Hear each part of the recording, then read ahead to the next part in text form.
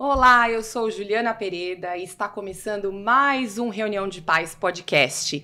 Já desde o início, peço para que vocês se inscrevam no canal, ativem as notificações, espalhem essa mensagem que fala diretamente no coração das famílias. Vamos lá, começar mais uma Reunião de Pais. Roda a vinheta!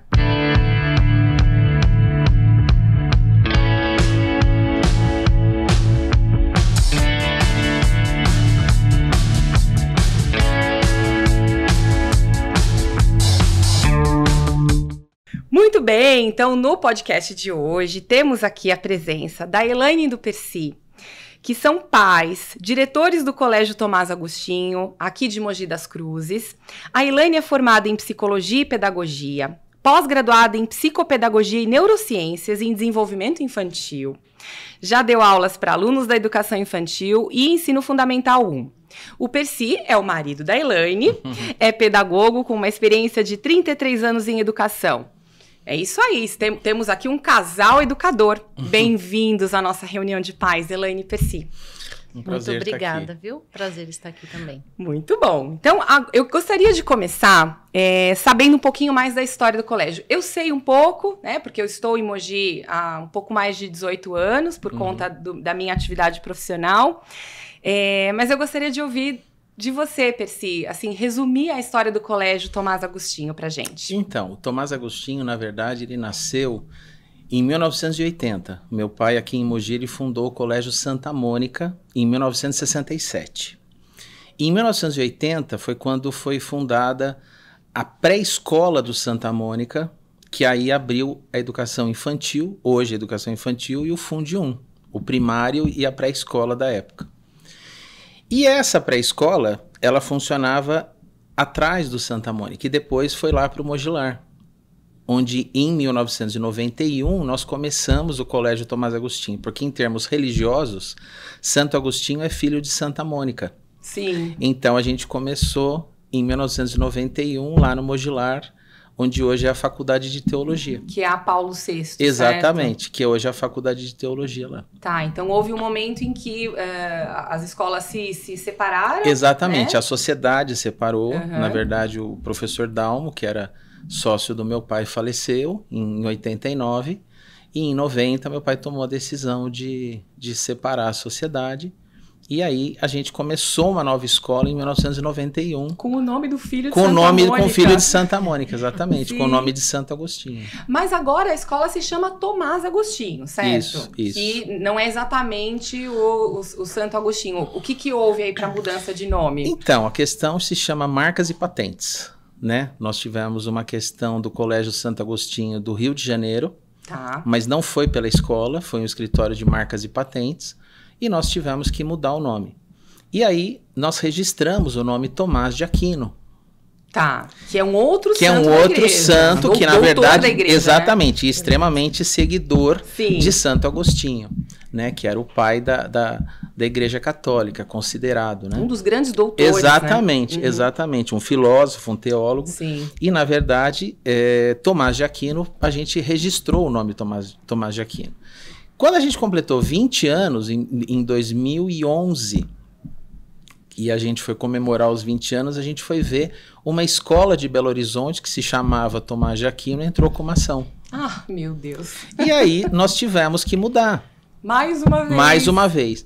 Então a gente pensou, quem estuda, até hoje a gente encontra, né? Sim. Alunos que estudaram no Santo Agostinho. Pete, como é que é o Santo Agostinho? Tá bem? Como é que tá o Tomás de Aquino? Eu não discuto mais, eu falo, tá ótimo. Eu prefiro dizer que tá tudo bem e aceito, porque Sim. às vezes é o carinho da pessoa, porque ele tem uma história no Tomás, claro. ou uma história no Santo Agostinho. E aí, esses alunos, a gente decidiu, né? Na época eu tinha o meu irmão e outros sócios, e a gente pensou, que nome colocar? Então, todo nome que você possa imaginar já existe registro. Sim. Todo nome bacana, todo nome você sabe como é. Você também trabalha com educação, você sabe. Então, o que a gente pensou? Quem estudou no Tomás, estudou no Tomás. Quem estudou no Santo Agostinho, daí a gente pensou, Tomás Agostinho. Vocês uniram. Unimos os dois nomes e deixamos assim. E isso vem desde 2011, 12, e não tivemos mais nenhum problema. Então, hoje somos o Colégio Tomás Agostinho, que não aconteça mais nada. Mas aí também, com o Tomás de Aquino e Santo Agostinho intercedendo, né? Eu não acho tem que como. Não vai ter problema, não tem né? como, mas é essa. Muito bom. A eu história. sempre tive assim, eu imaginei que fosse algo mais ou menos nesse sentido, né? Porque na verdade, mesmo o nome Tomás de Aquino, a gente registrou, porque o nome colégio e escola você não registra, você registra o nome só. Colégio e escola não. E aí o que acontece? Existe um adendo na lei federal, porque a gente tem até uma certificação federal desse registro. Só que o que acontece? Há um adendo na lei que diz, o mais velho tem prioridade. E a escola de Belo Horizonte foi fundada em 1955, ou seja, eles tinham a prioridade com o nome. E aí para ter uma briga, a gente achou por bem, não valeria a pena. Sim. Eu acho que é duplamente abençoado de uma certa forma, também acho, né? Exato. Agora, será que assim, eu tenho estudado bastante, né, sobre os doutores da igreja, e tanto Tomás de Aquino como Santo Agostinho são, como você mesmo disse, dois grandes teólogos, filósofos, que tanto contribuíram não só para o fundamento cristão da nossa sociedade, mas também para a filosofia, de uma certa forma, né? Sim. Até que ponto os alunos do colégio sabem da importância desses dois grandes teólogos, assim? Eles têm acesso a essas informações, Juliana, através das aulas de filosofia. Eles acabam aprendendo um pouco dessa história, mas não a história da escola. Eles entendem os filósofos, né, que eles fazem parte. Né? Mas na apostila, Tomás de Aquino e Santo Agostinho aparecem? Dentro do conteúdo de filosofia, eles são citados. Eles são citados, mas não necessariamente. Agora, se você for pensar em termos de pensamento dos dois, né? Se você for ver a história de cada um, Santo Agostinho acreditava que a fé era mais importante que a razão. E Tomás de Aquino acreditava que a razão era mais importante do que a fé. Então havia um contrassenso, né? E eu acho que é nessa hora que você tem que analisar como que o filósofo pensa, ou cada um pensa, porque na verdade o aluno vai ter esse conhecimento através das aulas de filosofia. A gente acha de uma extrema importância e isso está na grade, na própria BNCC, né? Então eu acho que isso é importante e os alunos têm acesso a essas informações. Legal. Né? Porque não é tão fácil para o adolescente gostar de um assunto como filosofia. Não. Sociologia é um pouco diferente. Você vai estar estudando o quê? É o estudo da sociedade.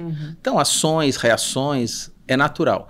Mas a filosofia, de um modo geral, ela não é uma coisa leve e gostosa para se aprender. O aluno, são poucos os que gostam. Sim, não, e quantos adultos, né, que às vezes assim passam uma vida inteira sem se dar conta, né, de começar a ter um pensamento mais filosófico. Exato. O próprio Santo Agostinho, né, ele se converte quando ele já é adulto, né? Sim. Sim, depois de muito a mãe Santa Mônica rezar por ele. Exatamente. Né? E aí você também começa a entender um pouco disso, né? Então você pega valores e referências que a gente ouve e lê.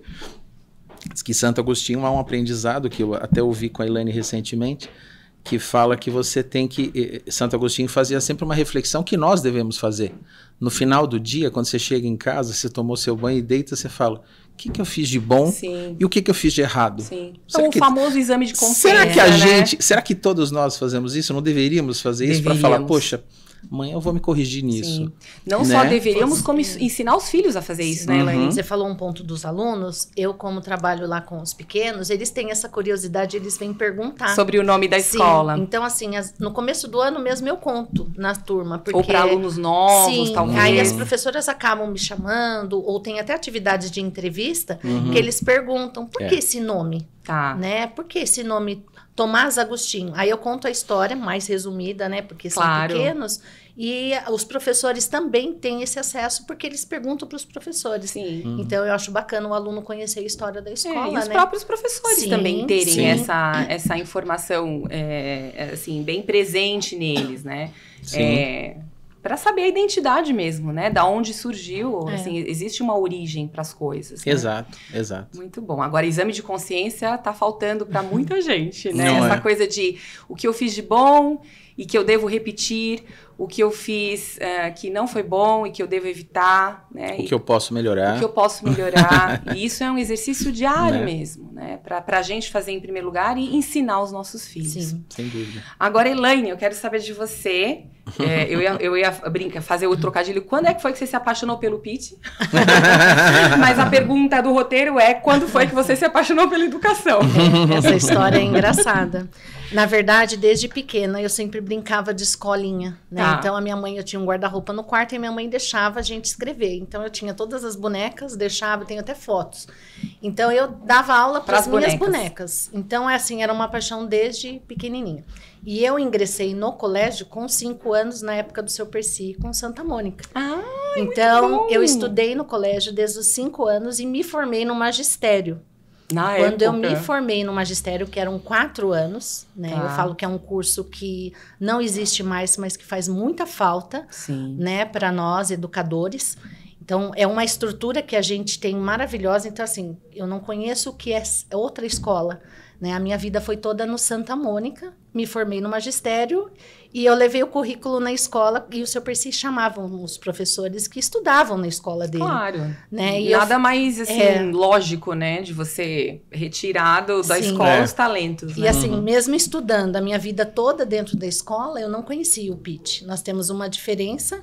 Então, assim, quando eu estava na primeira muito série... grande, não? 5 anos. 5 anos. Ah, nem é tão grande. Mas eu estava na primeira série, ele estava na 5ª série. Não, era outro mundo, né? Não, é diferente. É diferente. E aí eu só... Desculpa, eu fui conhecê-lo quando eu ingressei dentro da escola para começar a trabalhar aula na educação infantil. Caramba! Isso aí.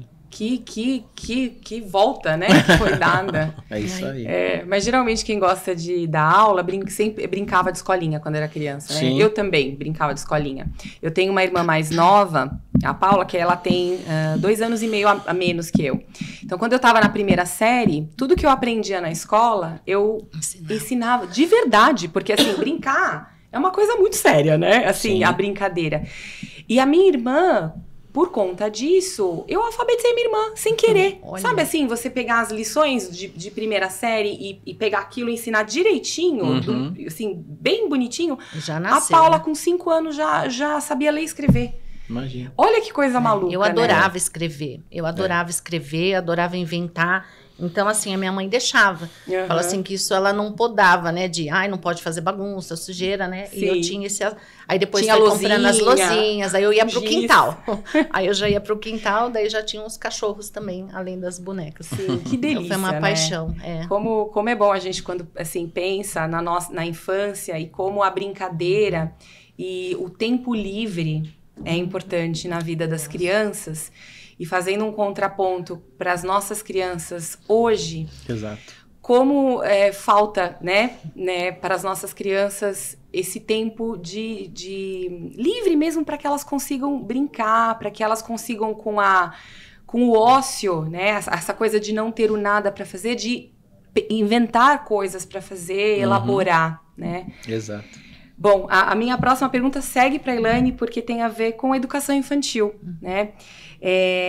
Alguns estudiosos da educação infantil, e eu concordo com isso, dizem que é a fase mais importante, né, da vida de uma pessoa, porque é quando a gente forma o caráter, né, o sistema de valores, os pilares que vão sustentar a vida depois criança mais velha, pré-adolescente e jovem, né? Até que ponto você concorda com essa afirmação e para você, qual a importância, né, da educação infantil, dos anos iniciais, do fundamental, e como você enxerga essa mudança, né, de uns 20 anos, talvez, para cá? Sim. Porque quando eu comecei a dar aula, eu tinha 19. Então, faz muito tempo. Sim. Eu falo, assim, que há uma grande diferença, mas eu sempre bato nessa tecla, que a educação infantil, ela é o alicerce da criança. Os pais podem achar que, não, eu vou colocar numa escolinha, né, deixa lá para brincar. Sim, é o brincar e aprender ao mesmo tempo. Mas você tem que aproveitar essa fase da criança porque ela é muito rica, né? E quando você fala do ócio, eu falo que é muito importante. Eu vejo algumas mães e a gente conversa sobre isso. Mas é difícil de entrar na cabecinha de algumas pessoas isso, que o ócio também faz parte da criança. Não adianta você colocar o seu filho em 10 atividades. Tem crianças que acabam, entre aspas, pedindo socorro pra gente. falar para minha mãe, eu não tô aguentando mais. De verdade? Sim. Dessa forma? Isso acontece comigo e com o Percy. Muito. Então, acontece muito e assim, eles têm um acesso à minha sala, à direção, que fala assim, nossa, eu tenho medo. Não tem medo de direção, não é como a gente lá atrás, né? Eu morria de medo de ir para a direção. Mas eu falo assim, que essa fase da infância e do fundamental, os anos iniciais, é a fase mais importante da criança. Então, se você não der essa estrutura, tanto familiar quanto pedagógica, a criança vai ficar perdida. Então, não adianta você colocar em 1000 atividades a criança fazer tudo que a mãe, às vezes, sonha, ou o pai, para suprir aquela falta dos pais, porque a gente entende que muitos trabalham o dia inteiro.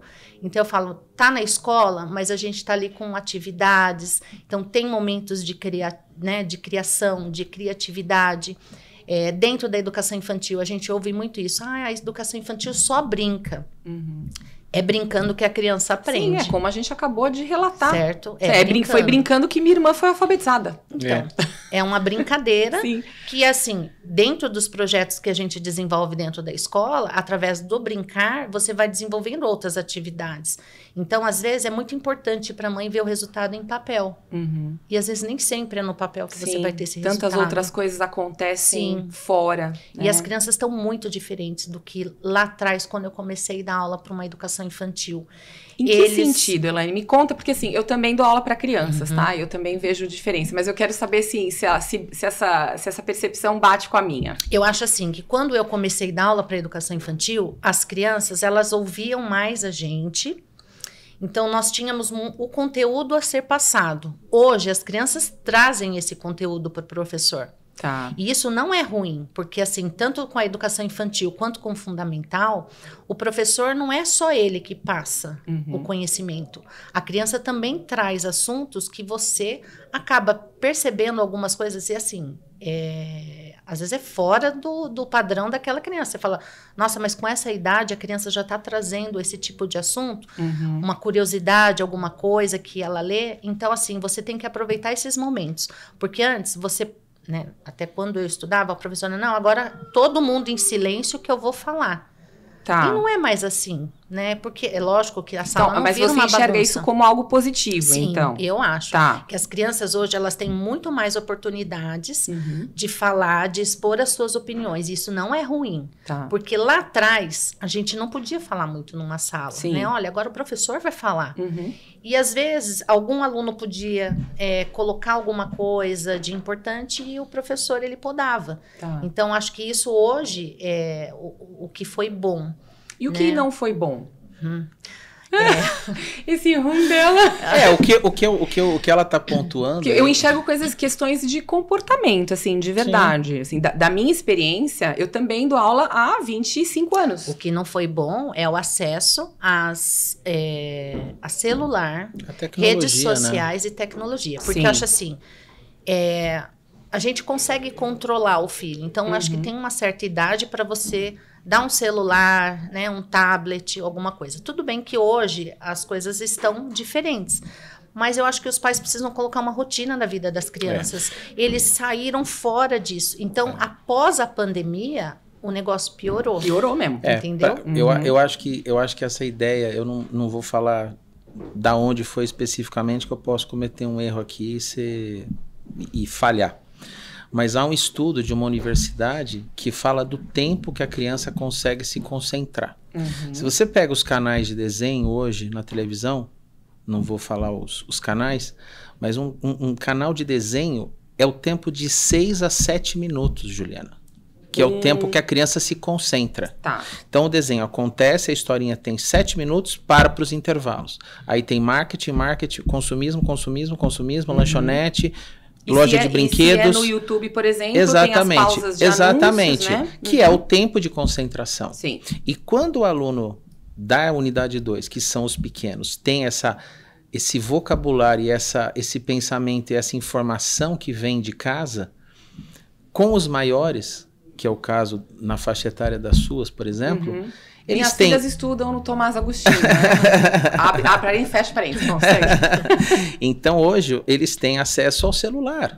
E o próprio sistema que nós utilizamos pede o celular, mas de propósito pedagógico. Sim. Não para ficar olhando rede social na sala de aula. Tá, mas e como é que vocês coordenam isso? Agora, você tem como controlar, porque as salas não são tão numerosas, o número máximo são 20, 22 alunos por sala, e o professor tem esse controle. Você sabe quando é uma atividade que todo mundo está usando, é uma atividade em grupo, todo mundo está usando. Uma consulta, está lá o Wi-Fi disponibilizado para os alunos, que a escola coloca, liberado para todo mundo. Só que, se o aluno está usando, a gente pega esse celular e comunica o pai. Agora, o que acontece hoje com esse celular? Ele tira completamente a concentração dessa geração. Sim. Então, eles estão aqui pensando, poxa, meu colega vai mandar um vídeo, meu colega vai me dar a resposta, se a gente vai hoje sair, se a gente vai ao shopping. E ele fica mais preocupado com a resposta do amigo, ou se a mãe vem buscar porque está chovendo, do que a aula que está acontecendo ali e o professor está dando a explicação na lousa. Isso é espinhoso esse tema, né? Isso é difícil. Isso é difícil. Tem escolas, inclusive, que a gente acompanha que estão banindo o uso do celular, né? A gente tem, assim, um movimento, óbvio, assim, é um outro extremo, né?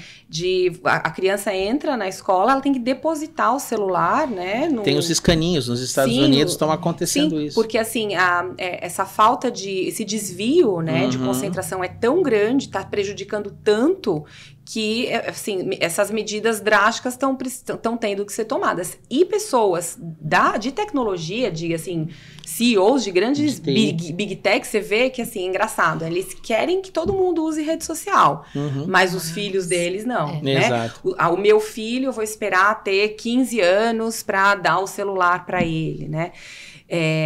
Assim, é um tema que é espinhoso, é preocupante, porque reflete um comportamento, às vezes, que vem de casa, uma falta de estabelecer limites dentro de casa com as famílias e que extrapola para a escola. São poucos pais que estipulam uma rotina para a criança. Lá na unidade 2, eu trabalho com criança faixa etária de 2 a 10 e não tem celular.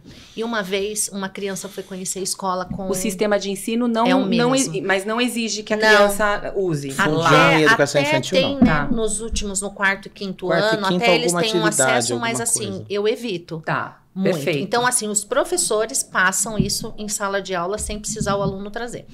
E uma vez me chocou muito uma criança que foi conhecer a escola. Ele já estava com o celular na minha frente, sentado na minha mesa, o pai e a mãe conversando e ele nada. E eu sempre dirijo a palavra à criança para conversar e nada. Ele virou para mim, assim, do nada e falou assim, eu só tenho uma pergunta para você. A criança? A criança. Parou assim o celular e eu falei assim, pode falar.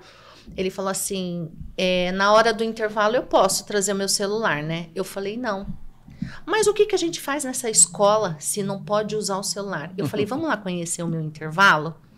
E as crianças estavam no intervalo. Então, eles estavam tomando lanche, conversando. Brincando. Na quadra. Aí a gente libera a bola. A gente libera a bola. Eles brincam de pega-pega, de esconde-esconde. E ficam no parque. É como o Colégio Porto Real. Eu acho que eu até postei no Unipaz. Eles fizeram um vídeo do intervalo das crianças jogando xadrez. Sim, né? nós também temos. Os jogos interagindo. Sim. Aí ele falou assim, mas isso é muito chato. E eu falei, eu não acho muito chato. Tanto que estavam os pais. Na frente dos pais. Eu falei assim, isso é muito legal. Sim. Você pode perguntar lá para os meninos da sua idade, vem passar um dia aqui para você conhecer. Mas foi um aluno que não ficou. Não ficou, porque assim, o objetivo dele era poder trazer o celular na escola. Sim, era a condição sine qua non para o ingresso na escola. E a gente vê os pais, alguns, né, quando sai, assim, na hora da saída, a criança já pega o celular. Sim. Os próprios pais, né? Vamos combinar, né, gente? E como se é difícil para nós, adultos, né, regular o tempo de uso nas redes, né? Tantas coisas dependem do celular, a gente está toda hora em aplicativo de mensagem para trabalhar, resolver problemas. Se já é difícil para nós adultos, imagina para as crianças que estão ali desenvolvendo a cognição, né, o senso de responsabilidade. Tudo, né? Se não existe um norte para elas, e se os pais não dão esse norte, como é que você fica? Né? E hoje você pega, por exemplo, a gente assistiu uma vez dentro do sistema que nós utilizamos, né, uma palestra do Leandro Carnal. E ele estava explicando, ele falou assim, o WhatsApp, na opinião dele, tinha que ser extinto do planeta. Porque virou uma coisa que, assim, depende de como está o seu estado de espírito, você ouve com boas intenções. Se você me manda uma mensagem, a Juliana fala, bom dia, Pete, tudo bem? Tudo certo para o nosso podcast? Depende do meu estado de espírito, posso responder sim. Você vai entender assim, nossa, ele foi tão grosseiro comigo. Não é? Mais ou menos. Preparo emocional de cada um. E hoje você tem essa coisa chamada grupo de mães. Grupo dentro de do mães. WhatsApp. Isso é um pouco complicado. Então hoje ele explicou uma coisa que eu não sabia. E isso foi há uns 2, 3 anos, né? Foi. Ele estava explicando. Tem algumas redes sociais que a idade mínima para entrar é 14 anos. Você começa a ver crianças com 9, 10, né, sem citar nomes. Você tem algumas redes que tem crianças de 9, 10 anos que tá lá o perfil pedindo a nossa amizade. Eu não aceito, porque eu falo, não tem cabimento. Não era pra você estar aqui, amiguinho. Né? E além do acesso e da vulnerabilidade que é essa rede social, de alguém mexer, de alguém... Enfim, de outros assuntos que a gente não vai fugir do foco do podcast, mas que são extremamente perigosas e que você tem que acompanhar. Então, às vezes a gente sai para almoçar, jantar e tá com os nossos filhos que já são adultos e a Maria que tem 17. E eu falo, Elaine, olha aquela mesa ali do lado. Você olha a mesa, Juliana, são 2 crianças... E o casal, os 4 olhando no celular, assim, ó, ninguém conversa. Demais. É muito triste. A comida para chegar, então faz o pedido pro garçom. A criança pequena, às vezes, são uns tablets gigantes com aquelas molduras, né, coloridas. Vira uma babá portátil. Então deixa ele ali com o tablet, aquele som alto, incomodando a mesa ao lado. É mais ou menos isso. Mas o reflexo acaba caindo na sala de aula. Cai na escola. Eu sinto isso na pele. E já existem estudos que comprovam que esse attention span, que a gente chama, né? O tempo de concentração, ele está reduzindo e isso está gerando uma geração de pessoas que é um nome novo e que a gente ainda vai ouvir muito falar de autismo digital. Né? Que são pessoas que não têm capacidade de se aprofundar em nada. E isso vai prejudicar muitos estudos, porque você não consegue estudar de forma superficial nada, nenhum assunto. Né? Esse final de semana eu vi também nas redes sociais que parece que nos Estados Unidos está iniciando um processo lá de conscientização que eles estão chamando de block out. Você já viu isso? Não. Que eles estão começando a não fazer mais uso de serem seguidores de influencers, personalidades e tal, que justamente você faz o quê? Você deixa de seguir, ele não é o dono da verdade, ele não é o ser supremo, absoluto, então você deixa de seguir, você para de seguir, né? O cara tem milhões de seguidores, ele fatura milhões por mês, ele ostenta o seu carro, ostenta a sua mansão, não é isso que vai mudar a vida. Mas o que eles estão tendo essa consciência? Isso não vai acrescentar nada. E eu achei muito interessante, chama Block Out. Achei muito legal. Quem sabe a gente não consegue incentivar os nossos filhos e os nossos alunos a isso, né? Agora, partindo para um tema um pouquinho mais espinhoso. Eu conversei aqui no podcast com 2 pessoas que são autoridades no ramo de educação jurídico, que foi a Adriana Marra, uma advogada, que está muito ativa participando das discussões do PNE, que é o Plano Nacional de Educação. Né? E eu conversei também, uma colega da Adriana, que estava numa audiência pública lá em Brasília, a professora doutora Inês Borges, que trabalhou no Ministério da Educação do governo anterior, e que ambas denunciam esses projetos para o Plano Nacional de Educação, que dá muito mais ênfase para pautas mais progressistas, como ideologia de gênero, meio ambiente, só falar assim de mudanças climáticas, em detrimento de matérias que são super importantes, como língua portuguesa, matemática, né, as matérias basilares da educação. E isso acaba influenciando, obviamente, um Plano Nacional de Educação, que tem uma validade de 10 anos, ele influencia todos os documentos de educação, que, por sua vez, vai pautar a produção de materiais, né, dos sistemas apostilados, que a maioria das escolas utilizam. E isso acaba caindo, né, no final da ponta, no colo das escolas e das famílias, enfim. De que maneira que vocês enxergam isso, né? Essa preferência em jogar para pautas mais progressistas do PNE, em detrimento de matemática, português, sendo que os nossos números são sofríveis, né, de competência em língua portuguesa e matemática. A avaliação de PISA está aí para provar isso. A gente não, assim, isso não está favorecendo, né, a nossa evolução enquanto país, né, de nível de educação. E como vocês regulam isso na escola? Porque, assim, o material vem pronto, certo? Mas de que maneira vocês internamente na escola se preparam para defender um pouco mais as matérias importantes, a tentar, né, gerar consciência no time docente para isso? É uma pergunta grande. Eu, assim, perante a educação infantil e o ensino fundamental dos anos iniciais, nós temos, né, pronto do sistema, mas o professor, ele é livre para mudanças, né, para acréscimos de conteúdos, né? Mas eu vejo, assim, que ainda na educação infantil e no fundamental, a gente ainda consegue ter esse controle, né? Então, assim, tem muitas atividades para língua portuguesa e matemática, então tem Olimpíada, tem as provas, né? E não que isso só seja importante, mas, assim, projetos que a gente desenvolve durante o ano, projeto leitura, né? A redação, enfim.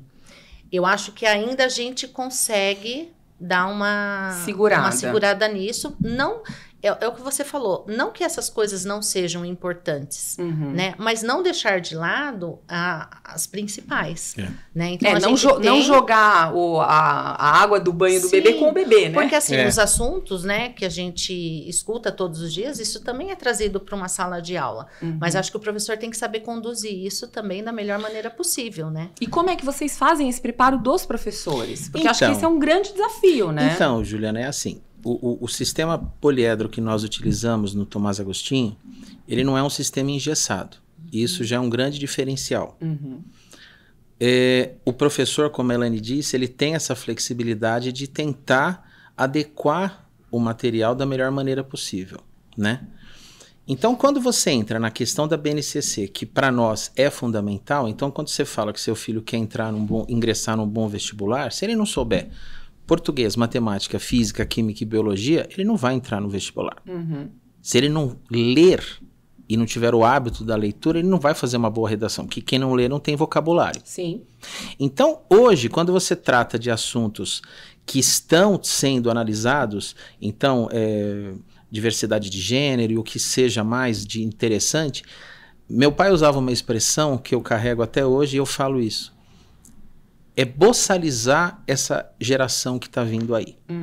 Então, quando você quer mudar os assuntos, e normalmente alguns sistemas para se adequarem a isso, não que o MEC nos obrigue, porque o poliedro poderia simplesmente fazer, mas não faz. Por quê? Porque ele é um sistema gerado e criado por engenheiros do ITA. Então são engenheiros e pessoas extremamente cultas que não estão muito preocupadas com essa questão. Isso são informações, mas você pode dar uma pincelada, uma citada dentro da apostila, mas não que isso seja a essência, o tema central, o tema principal.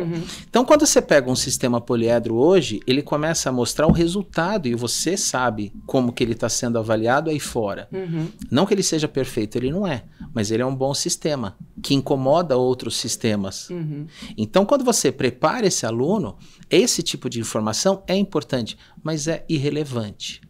Na nossa análise, na minha visão, e acredito que seja dos pais do Colégio Tomás Agostinho. Sim. Agora, se você achar que isso é importante, não é. Porque você está gerando uma geração de boçais. Exato. Que não tem vocabulário, que não sabe. Você assiste um programa de televisão, que seja um programa de auditório, você vai lá e pergunta, quem descobriu o Brasil? Quem fez isso? Qual é 10% de R$200? Ninguém sabe responder. Aqueles videozinhos que a gente vê na internet, Exato. né? Não, às vezes não assim, sabe quanto responder. que é, sei lá, 10 mais 18, a pessoa não consegue somar na frente. Exatamente. Então, isso é a prova de que essa geração tá com uma informação muito pequena, muito curta, né? Não é uma realidade, é triste você ver isso, porque é uma realidade que está sendo imposta até às vezes para a rede pública. E é uma pena que isso aconteça. Mas não que isso seja a essência da verdade, mas você ter conhecimento disso, você não pode viver alienado.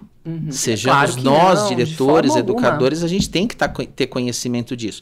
Agora, você dizer, não, isso é importante, eu vou colocar... Eu vou deixar de trabalhar a matemática, o português, para falar única e exclusivamente disso, né? Exatamente. É aí que é importante ter a figura da liderança na escola, que tem consciência disso e vai conseguir conduzir o time. Né? Você pega em livros de história e geografia, seja no Fundo 1, Fundo 2 e médio, a gente já orienta os professores, né? Você tem que fazer com que o tema volte para o centro. Você nunca pode se posicionar. Porque justamente os livros já são tendenciosos a um lado. E você não pode fazer isso. Você tem que colocar no centro. Vocês deixam isso bem claro na escola? Para os professores, sim.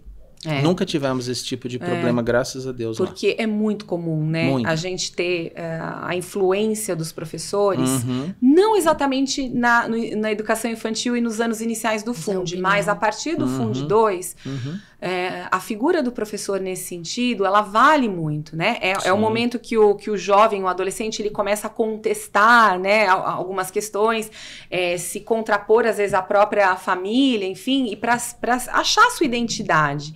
E às vezes a figura de um professor que é muito tendencioso, muito militante para um lado do espectro, né? Qualquer que seja ele, político, cultural, ou religioso, isso vai influenciar totalmente aquela criança que carrega os valores, o sistema de valores que a família já tem, né? Então, é bem espinhoso. Eu faço isso no meu trabalho, que é um trabalho de escola livre, né? Então, a gente não tem o grande impacto que a escola, que o colégio tem, mas eu tenho essa preocupação no meu lado aqui de atuação, para que a gente não direcione o pensamento opiniativo, né? De opinião dos alunos. Para que os fatos sejam mostrados e aquele jovem vai elaborar aquilo dentro do sistema Às dele. vezes tem até pais que associam, né, o nome da escola, falam assim, vocês têm a religião dentro, né, do Tomás? Não, é só a questão do nome mesmo, né?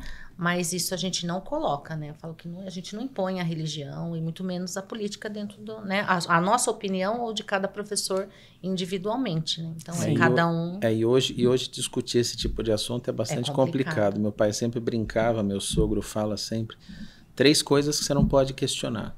Política, religião e futebol. É engraçado que continua sendo, e até hoje, se você sentar para conversar, de repente tem gente que briga, né? Seja por time, seja por religião, seja... Não, porque a minha é a essência da verdade. Eu não sei se é. A sua não é, nem a minha é. As famílias estão até... As pessoas deixando de se falar por conta disso. Exatamente. Bem triste. Exato. Vamos lá, então, agora, por uma diferença que eu gostaria que vocês esclarecessem, para deixar claro para quem está assistindo, né? A diferença entre educar e escolarizar, tá? Porque, assim, a gente vem de uma geração, imagino, né? Nós 3, que era muito claro, né? A função da escola, né? No sentido de transmitir conteúdos, né? De nos dar ferramentas para que a gente consiga evoluir, crescer na vida, ascender socialmente, enfim.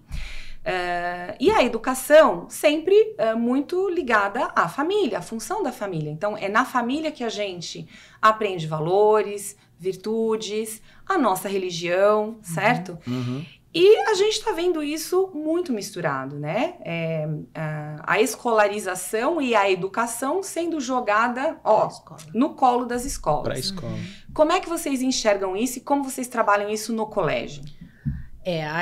Na educação infantil e fundamental, né? Desde quando o pai vai conhecer a escola, os pais eles têm que saber das regras, normas do colégio, né? E assim, a gente sempre coloca isso, que a educação a gente traz de casa. Mas, infelizmente, para alguns casos, a gente tem que acaba educando a criança também, os professores. Então, assim, a hora que você falou, essa formação dos professores, é muita conversa diária, reuniões, cursos que até o sistema fornece para os professores, eles têm cursos também online, trabalhar a educação socioemocional dentro das matérias. Então, assim, uma coisa bem descontraída, através de textos e histórias. Então, a gente, desde os pequenininhos, a gente consegue trabalhar, assim, com essa questão. Porque tá bem complicado. Assim, eu não digo que é um geral. Graças a Deus que são poucas crianças que a gente tem que ajudar. Mas eu falo assim, a partir do momento que o pai conhece a escola, a estrutura, ele sabe qual é o meu projeto, qual é o projeto da Unidade 1. Então, tem que se adequar a isso tudo. Mas os pais acham que alguns, né, acham que a responsabilidade do educar está nos colégios. Sim. E isso tá geral, né? Então, assim, eu tenho poucas crianças, assim, eu acho que a escola acaba, né, tendo o perfil da escola se adequa à família. Então, assim, a gente conhece os familiares, então a gente tem esse contato direto, né, que também é o que falta. Os pais terem contato direto com a direção da escola, a coordenação, os professores, né? Então, eu acho que isso está faltando, mas eu não vejo tanto dentro lá da minha unidade. A sensação que eu tenho é que as escolas, de uma forma geral, têm medo das famílias, né? Assim, não, eu não vou me indispor com a família dessa criança que está sendo, de repente, se comportando de uma forma inadequada na escola, porque eu não posso perder esse aluno, né? Não pode perder esse boleto. Fidelizar. Número, né? Então, assim, o aluno virou um boleto e por conta disso, a escola aceita qualquer coisa. Né? O que eu percebo, assim, com os maiores, Juliana, e isso que a Elaine falou, assim, a gente passa a verdade de cara, assim como foi quando você foi conhecer o Tomás Agostinho. A gente não esconde nada. Então, normalmente, aquele aluno, seja o pequeno lá com a Elaine, ou o adolescente comigo, a gente não esconde. Se ele não se enquadra, ele sai. Meio que naturalmente? Ele sai, ele pede... Ou ele é saído? Ele sai naturalmente, no final do ano ele sai. Agora, se ele sabe o que ele vai enfrentar, quando a gente fala de escolarizar, é o papel de ensinar português, matemática, história e geografia. E a família que tem que educar valores éticos, morais, educação, respeito. Com licença, Juliana, você pode pegar ali para mim aquela caneca, por favor? Não custa. Isso é em casa. Isso é base. Então, quando você não tem isso em casa, você acha que a escola tem que ensinar. E é como a gente fala, a escola acaba se tornando um complemento, porque a família acha que a escola tem que fazer isso, e não é nosso papel. Sim. A gente ajuda, a gente contribui, né? Mas não tem como, né? Falar das suas filhas seria chover no molhado, que são extremamente educadas, gentis, mas é a mínimo. Base. Isso aí não deve ser elogio, isso deve ser o que a gente espera de todas as crianças. E a grande maioria, como a Elaine falou, são raros os alunos que não se enquadram. Então, né, você pode ter uma reação, de repente a mãe não conta um fato, ou a criança tem um problema emocional. Você tem que ser transparente, você tem que dizer, meu filho tá aqui, ele tem esse problema, né? O profissional que cuida dele tá aqui. Não, você não fala nada. E na hora que você tem uma reação, você fala, aconteceu isso. Não, então, mas sabe o que é? Não é, eu quero te ajudar. Não estou escondendo isso, eu quero justamente mostrar para ela que a gente está aqui para ajudar, para que ele cresça, se torne um homem, uma mulher, um cidadão, né? Que eu acho que é esse o grande propósito do Tomás Agostinho. A gente fala que a gente quer formar cidadãos, né? Para chegar numa faculdade e dizer, poxa, eu estudei lá, eu aprendi isso, eu tive essa aula, eu tive essa referência, né? Esse apoio, essa informação, esse conteúdo. E que vai muito além do vestibular, né? A gente vê algumas escolas tão assim, olha, assim, mira no vestibular. E faz todo um trabalho um pouco meio massacrante, né? Só para aquele momento da prova. Sendo que a escola ela é toda uma jornada de formação, né? De cidadãos. Eu acho que são até poucos pais hoje que eu escuto falar assim... Quando a gente até mudou do sistema, foi uma surpresa para os pais. Eles falaram assim, nossa, mas você vai colocar desde os pequenininhos poliedro? Você está formando isso? Eu falei, não, quem forma é o seu filho. Se ele for estudioso, se ele tiver um objetivo na vida dele, ele que vai seguir. Independente de qualquer sistema, é ele quem vai fazer a carreira dele, né? Então, assim, se preocupando, eu falei assim, não, nós temos um sistema único dentro da escola para a gente falar a mesma língua nas 2 unidades em todas as fases. Sim. E é importante porque ela vem de uma estrutura lá dos 2 anos até o ensino médio. Então, a escola fala uma coisa só, eles são interligados. Os mas não é uma camisa de força, mas como não vocês já disseram. E eu não gosto quando eu ouço isso, que o pai fala assim, mas você de vestibular. Gente, não é importante só um vestibular, né? É importante o seu filho assimilar os conteúdos. O vestibular é um momento ali na vida dele. Então, mas o vestibular, Juliana, se a gente for pensar, deveria ser como é nos Estados Unidos. Sim. Você pega as notas do primeiro, do segundo, só que elas são 4, mas as notas do primeiro aqui, vai primeiro, segundo e terceiro. Como que o aluno foi? No ensino médio. De repente, você disser, como que ele foi no ensino médio? Ele vai entrar numa faculdade, ele vai ter condições de fazer uma universidade federal, uma estadual, mas a escola, a universidade vai chamar como é nos Estados Unidos. Sim. Aqui naquele dia da prova você não está bem. Naquele dia você não está bem, não acordou bem, aconteceu um fato na sua família, uma noite mal dormida, vai refletir na prova. Então a palavra prova já dá essa dor de barriga, né? Sim. E eu acho que não deveria ser assim, né? Eu acho que, como você falou, às vezes você tem essas escolas que têm esse foco de alvo, né? Como se fosse uma prova de alvo para arremessar, e não é assim que funciona, não né? A criança como eu acho que o aluno, de repente, ele produz e, de repente, naquele dia ele não estava bem. Simples assim. Né? Só que, infelizmente, a gente não consegue mudar isso, né, no nosso país. Uma pena. É uma pena. O que a gente faz é estar ciente disso, saber que existe e não esquecer de fazer o resto, que é o mais importante. Exato. A caminhada, ela é muito mais importante, né, do que aquele destino que o aluno chega. Exato. Bom, eu gostaria também de falar rapidamente sobre o acolhimento que a escola tem com alunos que têm necessidades especiais, que é algo que é bem peculiar, né, no colégio. Então, a gente enxerga ali alunos com autismo, com síndrome de Down. De que maneira que vocês fazem esse trabalho? Como vocês integram, né, os demais alunos nesse contexto? Como é que os demais alunos enxergam, né, a presença desses alunos com necessidades como uma forma também de aprender e de crescer? Eu falo desde o início, quando os pais procuram a gente, tanto eu quanto o Percy, né? A fala é a mesma. A partir do momento que a família procura a escola, nós queremos a família e os profissionais. Então, é um triângulo, né? Família, escola e profissionais. Quanto aos alunos, a gente percebe que os alunos mesmo, eles têm essa questão, sabe? De ajudar, de se envolver, de serem prestativos. Isso é natural e eu acho que também a responsabilidade cabe aos profissionais que trabalham conosco. Sim. Tanto os professores quanto os auxiliares. Então, a gente tem essa questão de abraçar. Mas, assim, só dá certo quando existe essa parceria. Sim. Escola, os pais e profissionais. Então, isso acaba sendo normal dentro da escola. Legal. E a sua visão? Não, eu acredito que sim também, Juliana. Eu acho que o grande ponto é esse. A gente tem uma preocupação muito grande com isso, até no sentido de que eles respeitem esses alunos. Eu acho que quando você fala dessa questão da inclusão, né, é uma palavra linda. Mas ela é difícil. Ela não é tão simples assim. Ela é linda no papel. Exatamente, né? Mas na realidade, você tem uma criança que hoje você analisa como nível 1, 2 e 3, no caso de um TEA, como é que você faz para aquela criança aprenda português e matemática com aquele colega aqui que começa a gritar porque ele não está bem naquele dia? Mas ele foi para a escola. E aí você tem que entender, poxa, pega a sua filha, a minha filha, né? O aluno A, o aluno B, ele está prestando atenção, mas aquela criança está tirando o foco dele. Então é nesse momento que você tem que dizer, olha, entendo, hoje ele não está legal.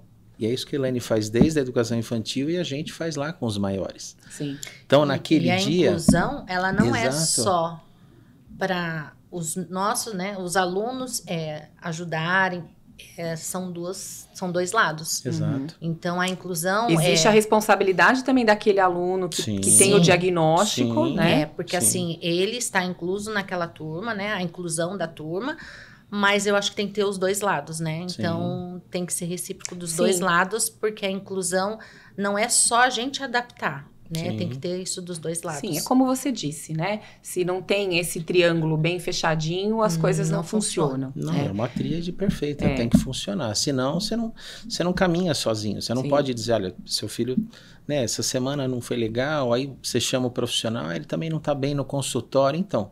Mas a gente também precisa da sua ajuda. E a família também, de repente, buscar uma alternativa, né? E quer saber? Eu acho que isso vale para todos, né?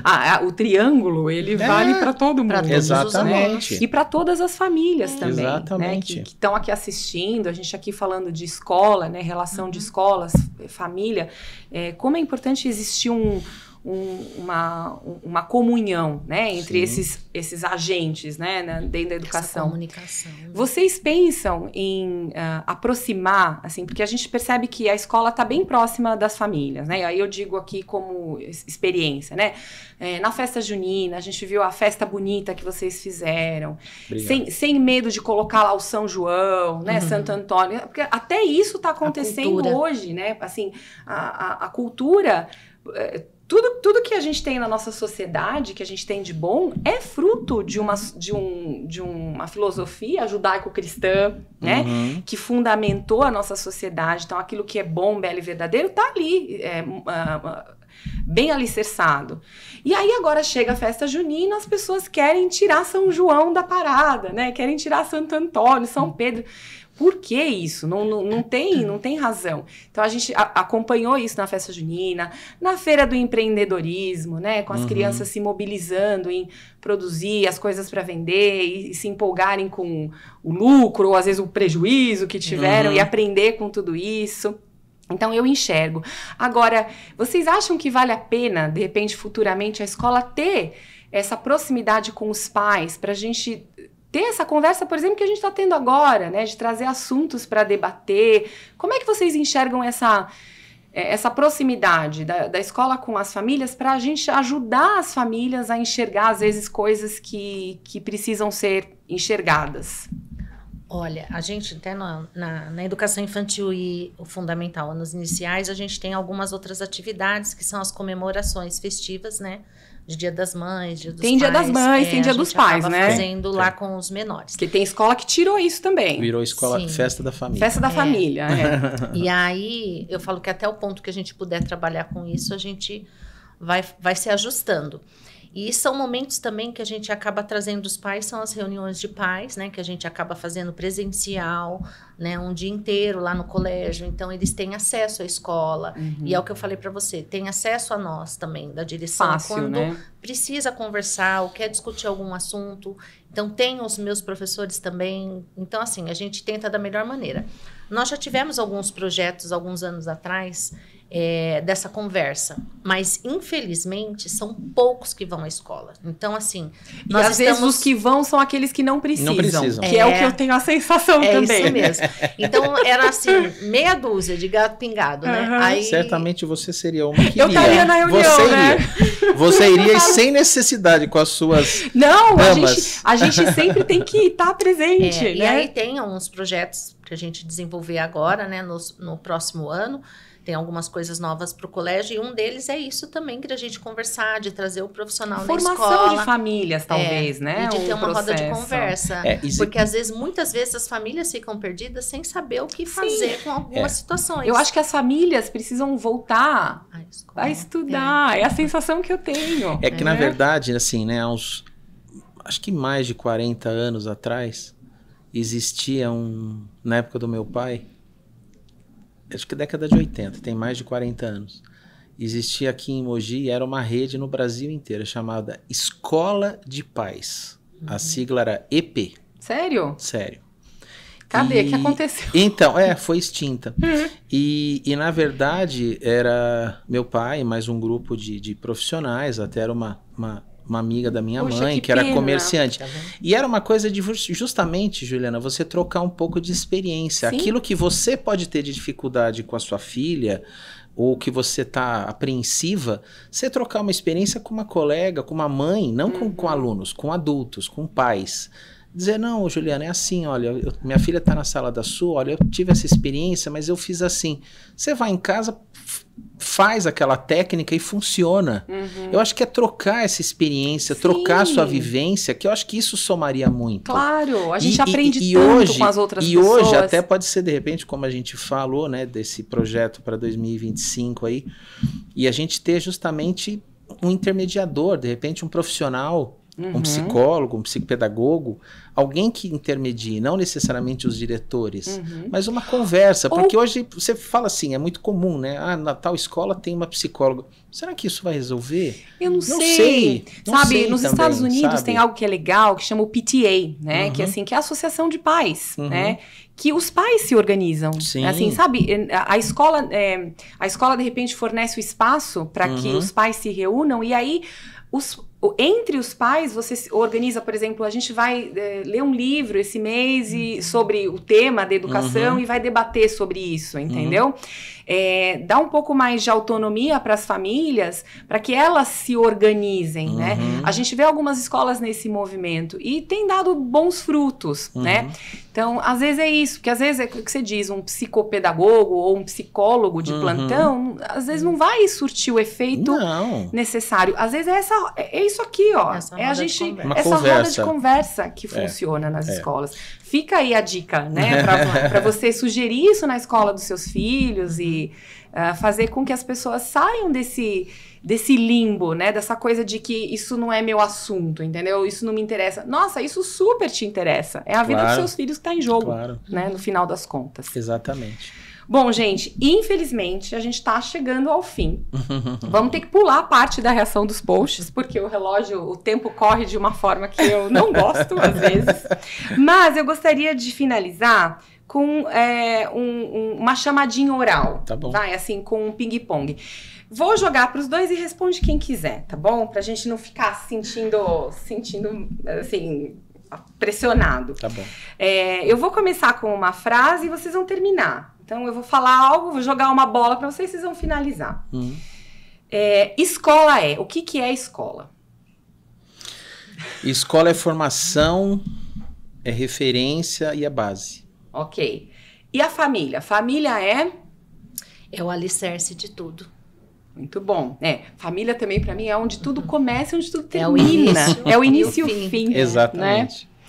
Uma nota alta. Diretor de escola. Uma nota corrigindo alta, a prova aí. Uma nota alta. Pelo amor aos educadores, que os educadores têm pela educação. Muito bom. E uma nota baixa? Para impunidade, para violência, para falta de respeito, para falta de moral. Valores. Exatamente, para inversão de valores, para falta de moral. Eu acho que isso merece. Agora uma lição de casa, tá? Para as escolas. Escutem os pais também, tragam as famílias para a escola, né? Eu acho que se você trabalhar da melhor maneira possível, de você ser transparente, não vai ter problema nenhum. Muito bom. E uma lição de casa para as famílias? Ouçam seus filhos, conversem, saiam das redes sociais, né? Larga um pouco aí esse celular. Exato, ouçam um pouco seus filhos, acho que é tão importante, né? Às vezes tá faltando um pouquinho de diálogo também, né? Passa acho que tão isso rápido, é base. Né? Nós temos 3 filhos. Passou muito rápido e se você se perder nesse tempo, não aproveita nada. Meu pai, aproveitem os filhos. Enquanto meu pai tinha um exemplo que ele começou a trabalhar, acho que eu ainda não era nascido. E vou ser breve. E ele trabalhando com um professor, na época, ele não tinha carro, era ônibus. Ele dava aula manhã, tarde e noite. E eu não era nascido. E ele estava numa escola durante o intervalo e um professor falou assim: Percy, seus filhos estão crescendo, aproveite as refeições para conversar com seus filhos, porque os meus cresceram e eu não vi. Aí o meu pai, a partir daquele dia, ele começou a vir almoçar, ouvir a gente, jantar com a gente, voltava para o trabalho. E às vezes não é a quantidade de tempo, é a qualidade do tempo. Sim, isso faz toda a diferença. Você estar inteiramente Exatamente. Ali, né, para os seus ouvir, filhos, né? A Elaine falou algo que me fez lembrar de um vídeo que eu assisti e que, assim, aperta o coração, né? Sabe por quê? Porque a minha filha tem 11 anos. E esse vídeo fala exatamente 11 anos, né? o seu filho, ele é criança por 11 anos. Então, assim, são 11 natais, né? 11 Dia das Mães, 11 Dia dos Pais, 11 férias escolares. Eu até me arrepio de falar, porque passa, assim, são 11. Você, assim, é a sua mão e mais um.